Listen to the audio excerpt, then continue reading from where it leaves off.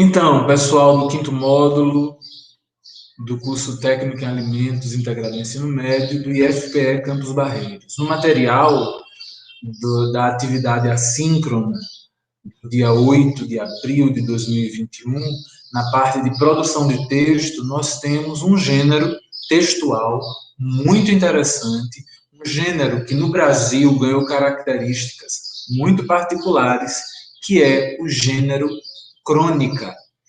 E aí eu solicito a vocês, depois de estudarem, né, as características da crônica que está presente, né, estão presentes no material disponibilizado para vocês, de vocês lerem uma crônica de Fernando Sabino, também disponibilizada no material, que vocês produzam uma crônica com as características que esse gênero textual tem. Então, agora, nós vamos ver de forma bem sucinta aquilo que está no material de vocês do dia 8 de abril, certo? Então, o que é uma crônica? A crônica é um gênero híbrido, é um gênero que consegue apresentar características tanto de literatura quanto de jornalismo, né? Porque, na maioria das vezes, a crônica bebe da realidade, né? A crônica bebe das notícias, das reportagens, né? Daquilo que circula o nosso cotidiano. Então, por essa razão, ela se apresenta dessa maneira, né? Com características tanto de literatura, ou seja, características poéticas, características narrativas, quanto características jornalísticas. É o resultado de uma visão pessoal, subjetiva, de quem produz a crônica, do cronista, diante de qualquer fato, colhido no noticiário ou no cotidiano. E uma característica, que essa é uma característica muito brasileira da crônica, é ter um viés forte de humor. Essa é uma característica que a crônica ganhou especificamente no nosso Brasil. Registra o circunstancial do nosso cotidiano mais simples. Na maioria das vezes, o cronista apresenta um olhar sobre um fato que a maioria das pessoas considera banal. Ele traz isso para o seu texto, né, apresentando um novo foco a respeito daquilo.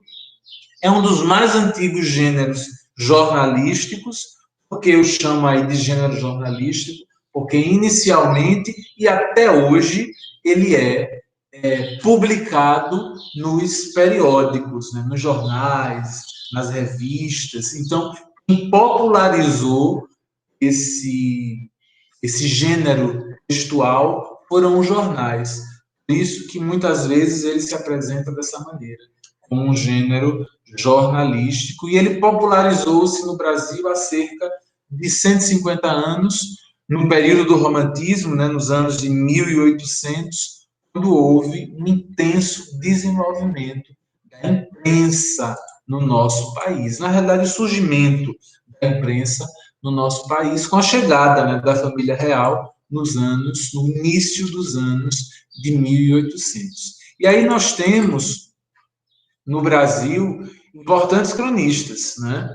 Machado de Assis, por exemplo, foi um mestre, né, da crônica, como foi do romance, como foi do conto, né?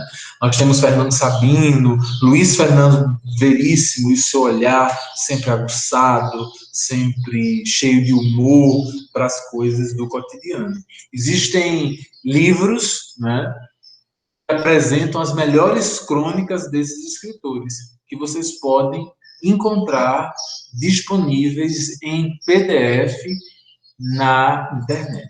Tá? É interessante perceber que o nome crônica, ele nasce exatamente do termo cronos, que significa do grego tempo.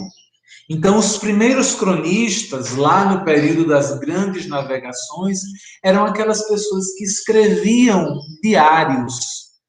Ou seja, eles descreviam aquilo que acontecia no decorrer do tempo. Então, nos anos de 1500, 1400, né, no período das grandes navegações, Os cronistas eram os diaristas, eram as pessoas que escreviam os diários da viagem. E aí a gente tem a carta, né, de achamento do Brasil, escrita por Pero Vaz de Caminha, é a nossa primeira crônica.